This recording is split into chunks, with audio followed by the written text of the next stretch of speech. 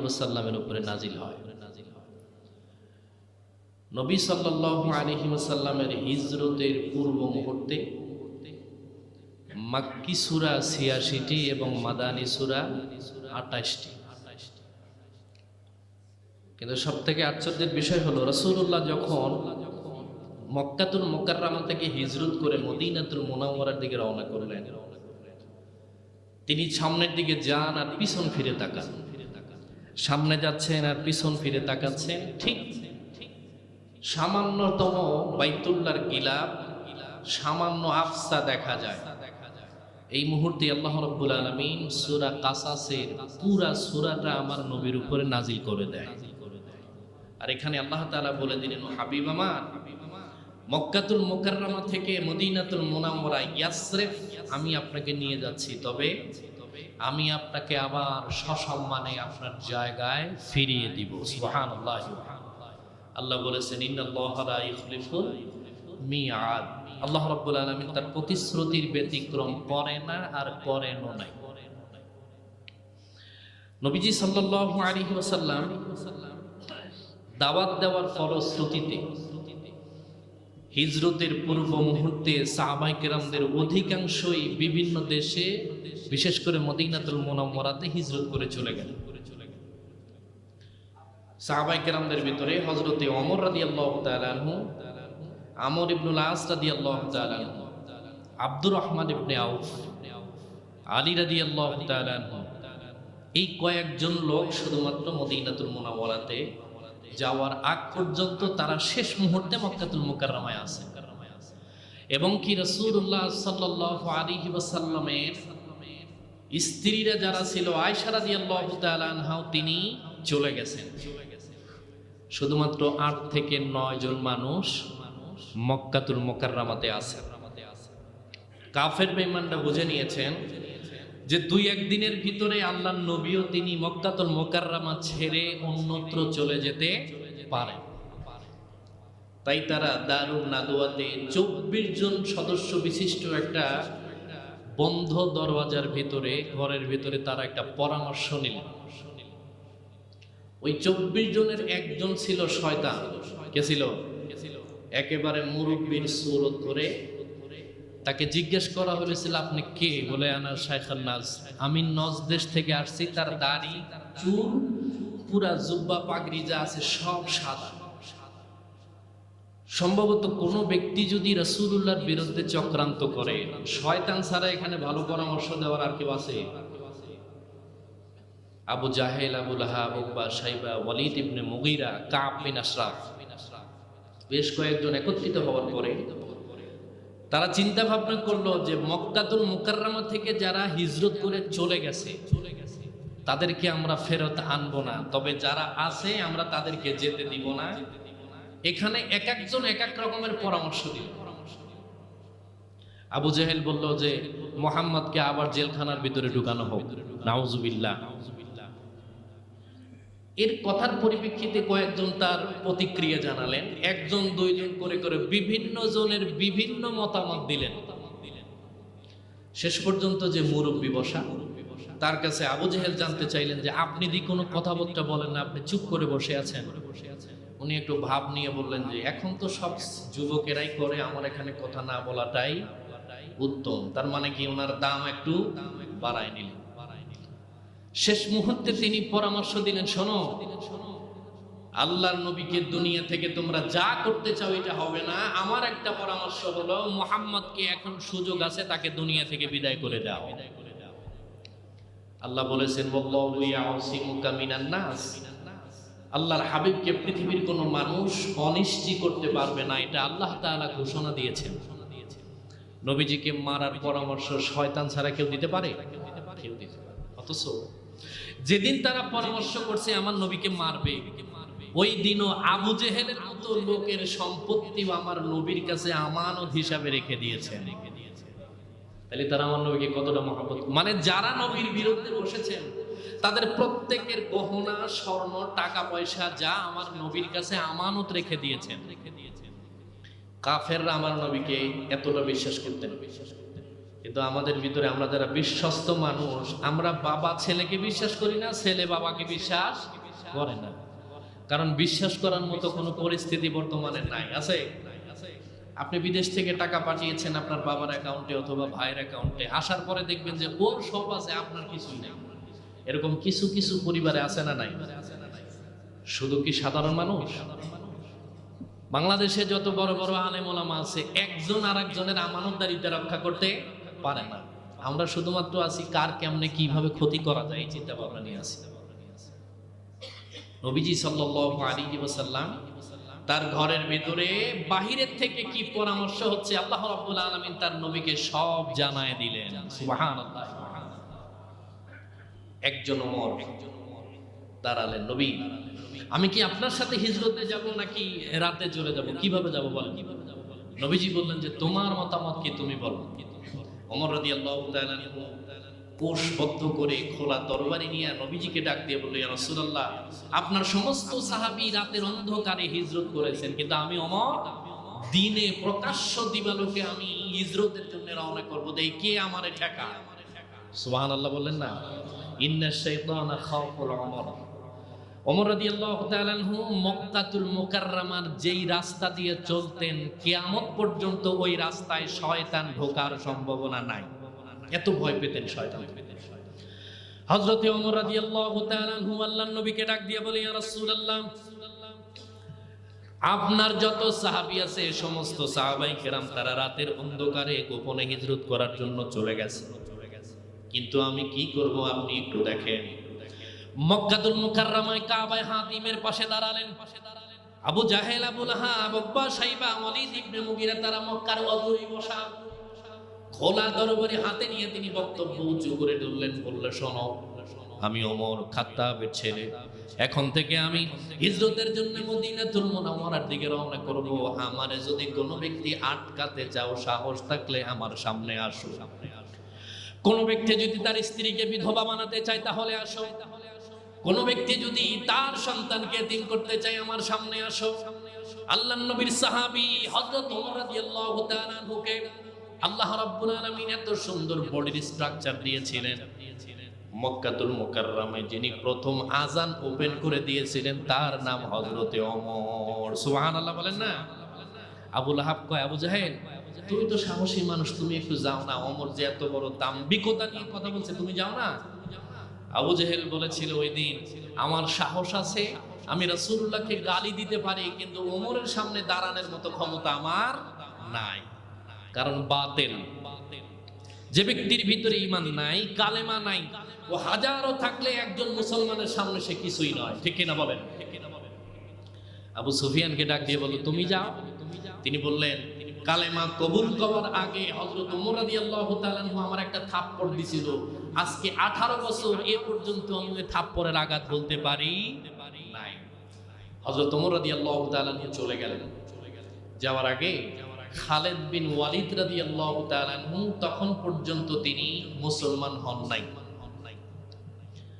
খালিদ বিন ওয়ালিদ রাদিয়াল্লাহু তাআলা আনহু তাকে আটকালেন, ওমর তুমি কালেমা পড়েছো অসুবিধা নাই, কিন্তু তুমি মক্কাতুল মুকাররমা ছেড়ে মদিনাতুল মুনাওয়ারাতে যাইও না। একদিক থেকে তারা আত্মীয় ছিলেন। ওমর রাদিয়াল্লাহু তাআলা আনহু বললেন, আমি এই কারণে যাচ্ছি আর আল্লাহর কাছে দোয়া করছি আল্লাহ যেন তোমাকে ইসলামের জন্য কবুল করে নেয়। সুবহানাল্লাহ। আল্লাহ তাআলা খালিদ বিন ওয়ালিদ রাদিয়াল্লাহু তাআলা আনহুকে এমন ভাবে কবুল করেছিলেন যে তিনি তার জীবনে 300 যুদ্ধ করেছেন, মুসলমান হওয়ার আগে এবং মুসলমান হওয়ার পরে কোন যুদ্ধে তিনি পরাজিত হন নাই।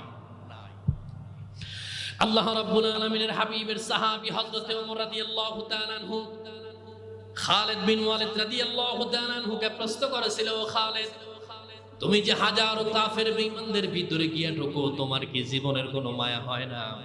তোমার কি সন্তানাদির কোনো মায়া হয় না? তুমি এতগুলি মানুষের ভিতরে গিয়ে ঢোকো, তোমার কি কলিজার ভেতরে সামান্যতম ভয় হয় না? স্ত্রী, পুত্র, মা, বাবা, তাদের মহাব্বত কি তোমার কলিজার ভেতরে নাই? তুমি যে এদের ভেতরে ঢোকো তোমার কি একটু ডর লাগে না? খালিদ বিন ওয়ালিদ ডাক দিয়া কয়, শোনো, যেই দিন থেকে আমার কামলিওয়ালা নবীর কদম মুবারকে কালেমা পড়ে মুসলমান হয়ে গেছি, ওই দিনের পরের থেকে আমি খালিদ বিন ওয়ালিদের কলিজার ভেতরে নবী কামলিওয়ালার মায়া সারা দুনিয়ার আর কোনো মায়া নাই। সুবহানাল্লাহ। রাসূলুল্লাহর মায়া আমি যখন খোলা তরবারি নিয়ে ময়দানে ঝাঁপিয়ে পড়ি, আমি যেন দেখছি আমার নবী আমাকে ডাকছে, সামনে অগ্রসর হও। সুবহানাল্লাহ ওয়া বিহামদিহি।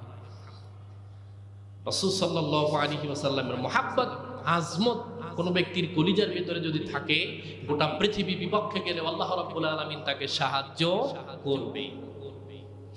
আল্লাহর হাবিব সাল্লাল্লাহু আলাইহি ওয়াসাল্লামের ব্যাপারে সিদ্ধান্ত নেওয়া হলো, মুহাম্মাদের যত সাহাবী আছে সব চলে যেতে পারে, অসুবিধা নাই, কিন্তু তোমাদের দায়িত্ব হলো তাকে কে মারবে সে যেন এখান থেকে পলায় যেতে না পারে। 100 লাল উটের পুরস্কার ঘোষণা করলেন, যুবকদেরকে একত্রিত করলেন, তোমরা মুহাম্মাদের উপরে ঝাঁপিয়ে পড়বে, লাল উট তোমাদেরকে পুরস্কৃত করা হবে। আল্লাহর নবী সাল্লাল্লাহু আলাইহি ওয়াসাল্লামের বিপক্ষে দাঁড়ানোর জন্য রাসূলুল্লাহ সাল্লাল্লাহু আলাইহি ওয়াসাল্লামকে মারার জন্য 100 লাল উট ঘোষণা করলো আবু জাহেল। মুহূর্তের ভিতরে 25 থেকে 30 জন যুবক দাঁড়িয়ে গেল আল্লাহর নবীর বিপক্ষে তাকে দুনিয়া থেকে বিদায় করে দেওয়ার জন্য। আল্লাহর হাবিব সাল্লাল্লাহু আলাইহি ওয়াসাল্লামের কানে খবর পৌঁছে গেছে। আল্লাহর হাবিব হযরত আলী রাদিয়াল্লাহু তাআলা আনহুকে কাছে ডাকলেন, ওগো আলী, তুমি একটা খাতা কলম নাও, আমি হয়তো 2-1 দিনের ভিতরে এখান থেকে চলে যাওয়ার জন্য মনস্থির করেছি। কি বলেন? বলে তুমি লেখো, আবু জেহেলের এতগুলি সম্পদ আমার কাছে, আবু লাহাবের এতগুলি সম্পদ আছে আমার কাছে। আল্লাহর হাবিব সাল্লাল্লাহু আলাইহি ওয়াসাল্লাম তিনি বলে দিলেন, কাফের বেঈমানদের যত সম্পত্তি আছে সমস্ত সম্পত্তির ফিরিস্তি হযরত আলীর কাছে দিয়ে গেলেন।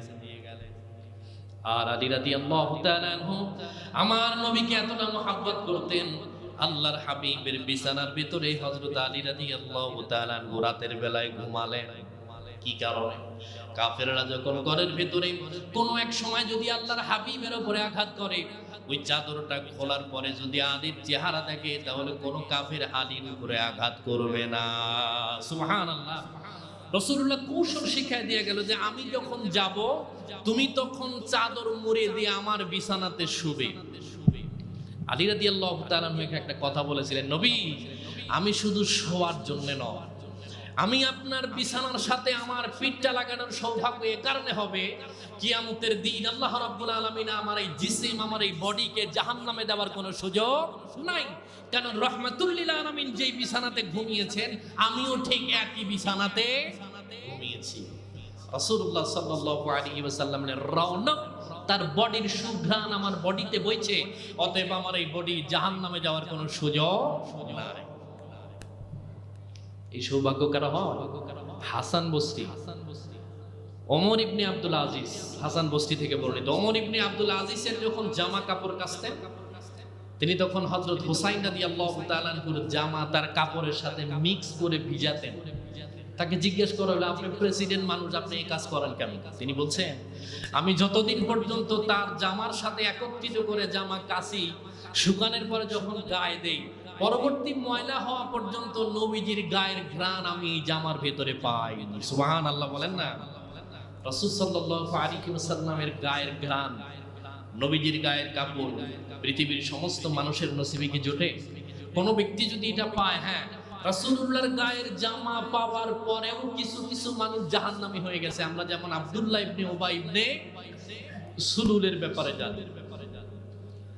তিনি মারা গেলেন, রাসূলুল্লাহর কাছে তার ছেলে আব্দুল্লাহ আসলেন, ওগো নবী, আমার বাবার একটু জানাজা নামাজ পড়ান না। বলল, ঠিক আছে। কি দিয়ে কাফন পরাবে? বলে, কাফন নাই। রাসূলুল্লাহ নিজের গায়ের জুব্বা দিয়ে দিলেন, তোমার বাবার কাফন পরাও। গোসল করার পরে আমাকে ডাক দিন। রাসূলুল্লাহ নিজে গেলেন, নিজে জানাজার নামাজ পড়েছেন, নিজে কবরে রাখছেন, তার মুখের লালা দিয়া আব্দুল্লাহ ইবনে উবাই ইবনে সুলুলের কপাল বরাবর লিখে দিয়েছেন আল্লাহু মুহাম্মদ, তিনি লিখে দিয়েছেন।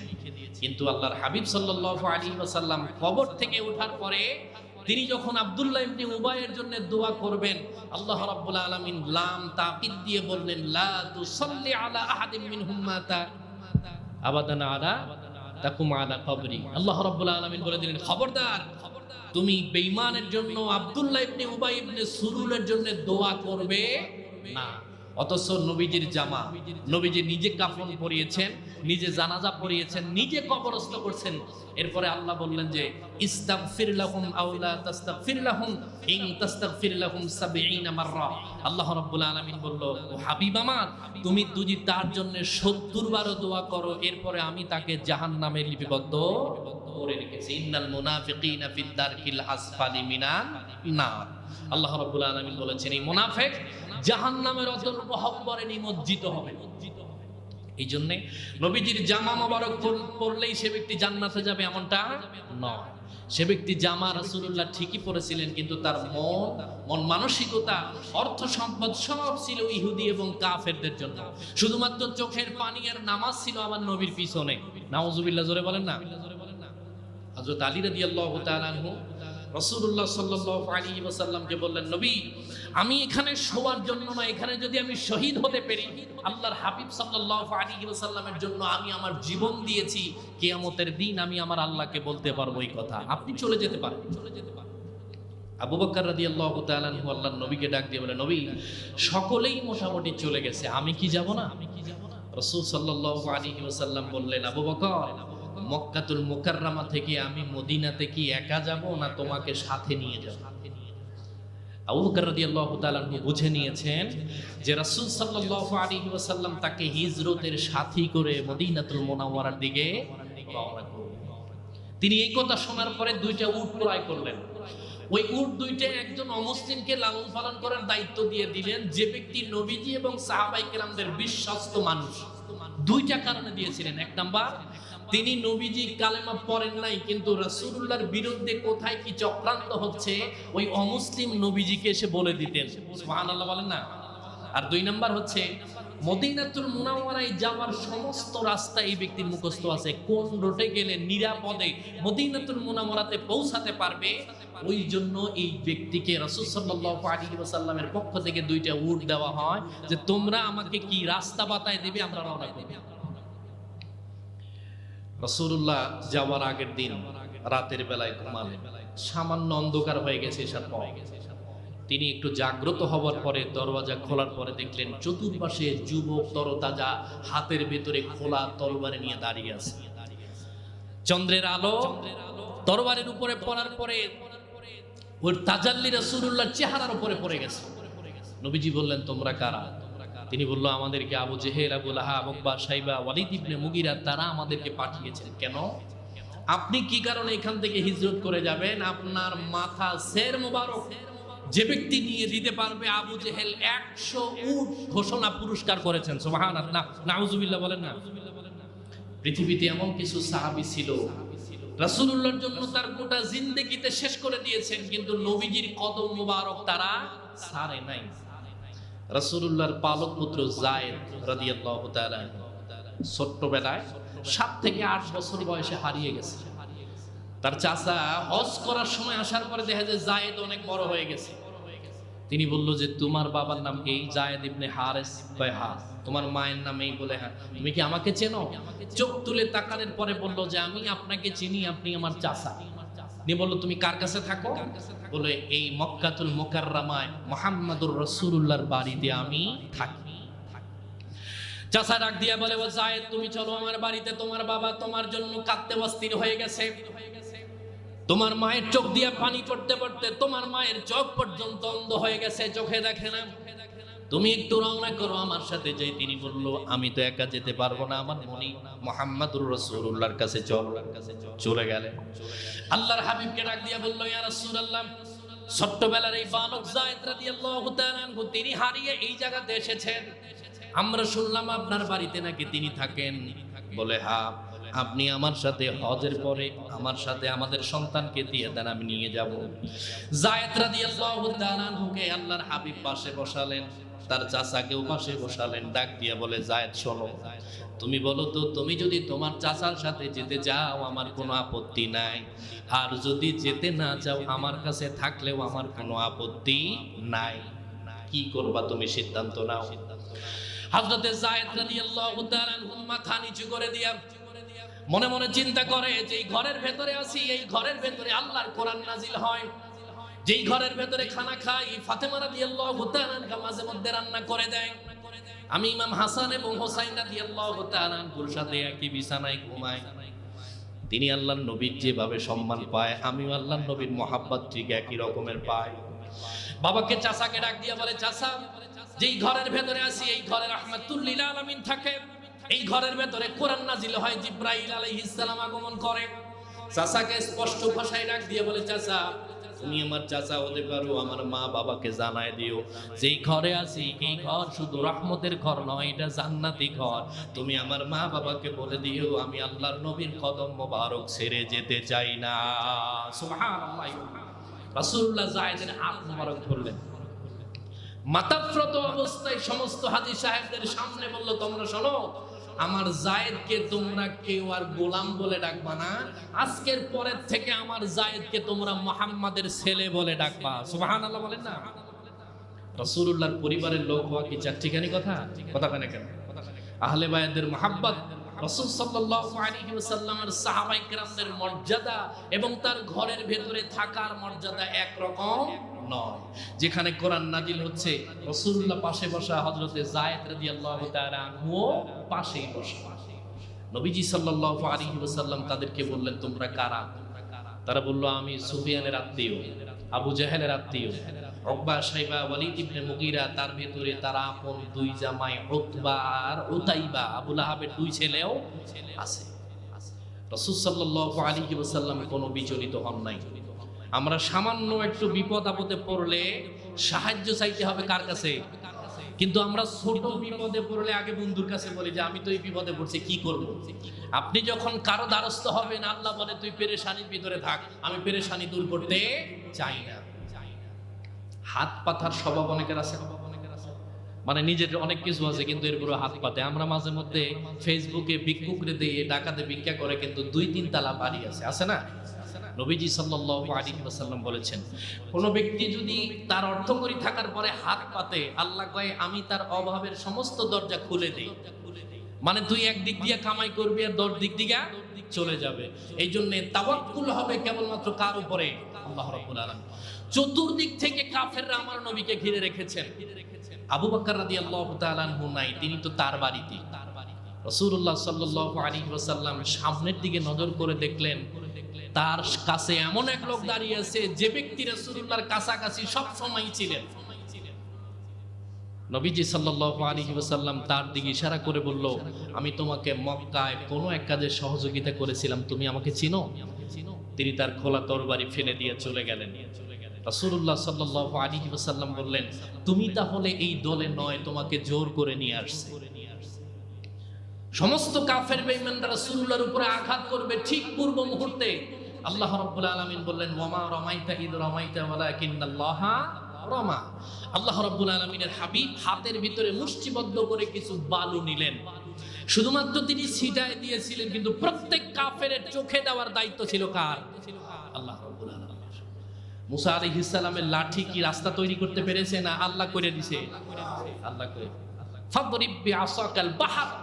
আল্লাহ তাআলা বললেন, মুসা তুমি তোমার লাঠি দিয়ে সাগরের উপরে আঘাত করো। আল্লাহ রাব্বুল আলামিন পর পর 12টা রাস্তা বানিয়ে দিয়েছিলেন। সুবহানাল্লাহ। সামনে নদী, পিছনে ফেরাউনের সৈন্যবাহিনী। এই মুহূর্তে মুসা আলাইহিস সালাম আল্লাহর উপরে তাওয়াক্কুল করে বাড়ি দেওয়ার কারণে আল্লাহ রাস্তা করে দিয়েছেন। এই জন্য আপনি যত বিপদের সম্মুখীন হন না কেন, তাওয়াক্কুল হবে কেবলমাত্র আল্লাহ রাব্বুল আলামিনের উপর। রাসূলুল্লাহ তাদের ফাঁক দিয়ে চলে গেলেন, কিন্তু আল্লাহ রাব্বুল আলামিন বলেন যে আমার নবী শুধুমাত্র তার হাতের বালু ফিকে দিয়েছেন, ওই কাফেরদের চোখের ভিতরে দেওয়ার দায়িত্ব ছিল আমার। সুবহানাল্লাহ বলেন না। আমরা সূরা লাহাবে পড়ি, আলাম তারা, সূরা ফিল, আলাম তারা কাইফা ফাআলা রাব্বুকা বিআসহাবিল ফিল। আল্লাহ রাব্বুল আলামিন তার নবীকে বলেছিলেন, আপনি কি দেখেন নাই? কি বলেছেন? আপনি কি দেখেন নাই? অথচ নবীজি ভূমিষ্ঠ হওয়ার 70 দিন আগের ঘটনা। আল্লাহ তাআলা কি বললেন যে আপনি কি দেখেন নাই? আরা আইতাল্লাযী সরি, আলাম তারা কাইফা ফাআলা রাব্বুকা বিআসহাবিল ফিল, যে আমি হস্তি বাহিনীর সাথে কিরূপ ব্যবহার করছি আপনি কি দেখেন নাই? এতে কি বোঝা যায়? আল্লাহ রাব্বুল আলামিনের হাবিব যে শহীদ সাক্ষ্যদাতা, আল্লাহর হাবিব ভূমিষ্ঠ হওয়ার আগে পৃথিবীর শুরু থেকে শেষ পর্যন্ত যত জ্ঞান আছে সমস্ত জ্ঞানের মালিক আল্লাহ তাআলা তার হাবিবকে বানিয়ে দিয়েছেন। সুবহানাল্লাহ। অথচ আল্লাহ বলছেন আপনি কি দেখেন নাই, তার মানে কি নবীজি উপস্থিত, এটা বোঝায়। তিনি অথচ দুনিয়াতে আগমন করেন নাই। রাসূলুল্লাহ সাল্লাল্লাহু আলাইহি ওয়াসাল্লাম বলেন, প্রত্যেকটা পাখির মুখে এবং দুই ডানায় ছোট্ট ছোট্ট রাসায়নিক বোমা ছিল এবং প্রত্যেকটার সাথে এক একটা নাম লেখা ছিল। রাসূলুল্লাহ সাল্লাল্লাহু আলাইহি ওয়াসাল্লাম বলেন, হাতির উপরে একটা পড়ার পরে গরু ঘাস চাবানোর পরে যেরকম ভুসির মতো হয়ে যায়, হস্তি বাহিনীর অবস্থা ঠিক একই রকমের হয়েছিল। ঠিক রাসূলুল্লাহ তিনি যখন হিজরতের জন্য রওনা করবেন, ওই বালু তাদের চোখে পড়ে নাই। তারা বর্ণনা দিয়েছেন, আমরা মনে করেছি আমাদের চোখের ভেতরে কোনো এক পাহাড় পর্যন্ত ঢুকে গেছে। এবং পরবর্তীতে আল বিদায়া ওয়ান নিহায়ার প্রণেতা লিখেছেন, যে কয়জন রাসূলুল্লাহকে ঘেরাও করে ধরেছিলেন ঠিক ওই ব্যক্তিরা একজনও পরবর্তীতে চোখ নিয়ে মরতে পারে নাই, চোখের দৃষ্টিহীন অবস্থায় মারা গেছে। নাউযুবিল্লাহি মিন যালিক। অতএব যে কোনো বিষয় আমরা যা করি না কেন একটু যাচাই বাছাই করে করার দরকার। আল্লাহর হাবিব সাল্লাল্লাহু আলাইহি ওয়াসাল্লাম চলে যাবেন, কিন্তু অন্যায় অপদস্থ হওয়ার পরেও কাফেররা আরো দুইজনকে রাসূলুল্লাহর কাছে লাগাই দিল। রাসূলুল্লাহ সাল্লাল্লাহু আলাইহি ওয়াসাল্লাম তিনি যখন যাবেন, ঠিক যাওয়ার পূর্ব মুহূর্তে মক্কাতুল মুকাররমা মাঝে মধ্যে দেখা যাচ্ছে চোখের পানি ফেলে তিনি কাঁদছেন, ওগো মালিক, আমার জন্মভূমি, আমার মায়ের দেশ, আমি মক্কাতুল মুকাররমার প্রাচীরের পাশেই সিজদারত অবস্থায় থাকতাম, কিন্তু তারা আমাকে কি করলো না, থাকতে দিল না। শুধুমাত্র তাদের অভাব অনটন আমাকে বুঝালেন যে আমার কিচ্ছু নাই, টাকা পয়সা নাই, আমি এখান থেকে বিদায় নিয়ে গেলাম। আল্লাহ রাব্বুল আলামিন তখন সূরা কাসাস আল্লাহর হাবিবের উপরে পুরাটা নাজিল করে দেয়। সুবহানাল্লাহ, সুবহানাল্লাহ। আল্লাহ রাব্বুল আলামিন কিছু উদাহরণ টেনে বললেন, ইন্না কানুনা কানা মিন কওমি মূসা ফাফাদা আলাইহি। হযরত মূসা আলাইহিস সালামের সম্প্রদায়ের কথা আল্লাহ রাব্বুল আলামিন তার হাবিবকে মনে করায় দিলেন। আল্লাহর হাবিবকে ডাক দিয়ে বলে, ইয়া রাসূলুল্লাহ, আপনি বিচলিত হওয়ার কোনো কারণ নাই, আপনাকে এলাকা থেকে বের করে দিয়েছে আল্লাহ রাব্বুল আলামিনের নবী। হযরত মূসা আলাইহিস সালামের সম্প্রদায়ের একজন ছিল, তার নাম কারুন। আপনার চাচা আবু সুফিয়ান, আবু জাহেল, আবু লাহাব, উতবা, শাইবা, ওয়ালিদ ইবনে মুগিরা আপনার সাথে যেই রূপাচরণ করেছে, তৎকালীন যুগে হযরত মূসা আলাইহিস সালামের সাথেও তারা ঠিক একই রূপ ব্যবহার করেছে। আমি মূসা আলাইহিস সালামকে জয়ী করে দিয়েছিলাম আর ফেরাউন এবং কারুনকে দুনিয়া থেকে বিদায় করে দিয়েছিলাম। ঠিক আমি আপনাকে আবার মক্কাতুল মুকাররমায় নিয়ে আসব, আর আপনার বিরুদ্ধাচরণ যারা করেছে আমি তাদেরকে জাহান্নামের নিম্ন দেশে পৌঁছায় দিব। নাউযুবিল্লাহ। সম্পদওয়ালা হওয়া ভালো, কিন্তু কারুনের মতো সম্পদওয়ালা হতে চাই না। আল্লাহ রাব্বুল আলামিন আমাদেরকে হযরত উসমান রাদিয়াল্লাহু তাআলা আনহুর মতো সম্পদশালী করে দিক, বলে আমিন। আল্লাহ রাব্বুল আলামিন তিনি বলেছিলেন যে ওয়া আতাইনাহু মিনাল কুনুজি মা ইন্না মাফাতিহাহু লাতানু, যে পৃথিবীর ভিতরে কারুনকে আল্লাহ রাব্বুল আলামিন এমন সম্পদ দিয়েছিলেন যে কয়েকটা মানুষ নয়, শুধু কয়েক শত লোক তার সম্পদের চাবি বহন করতে তাদের কষ্টসাধ্য হয়ে যেত। কিন্তু আল্লাহ রাব্বুল আলামিন কারুনের সম্পদ, তার জনগণ, তার দলবল যা আছে সকলকে আল্লাহ রাব্বুল আলামিন মাটির নিচে নিমজ্জিত করে দিয়েছিলেন। কেন?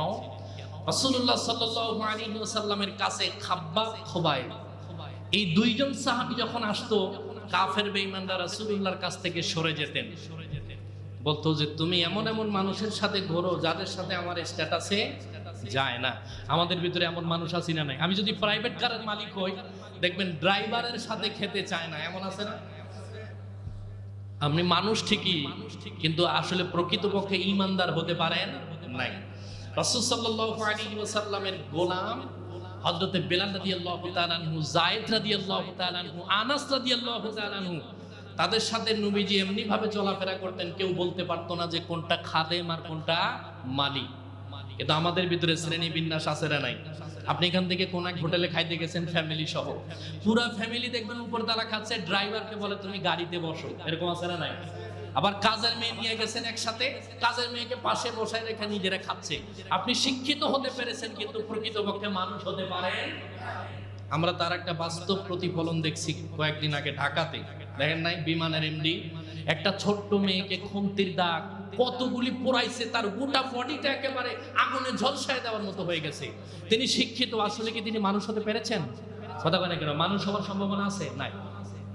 সম্মানিত হাজির, আপনাদেরকে একটা মেসেজ দিয়ে আমি আলোচনা শেষের দিকে যাচ্ছি।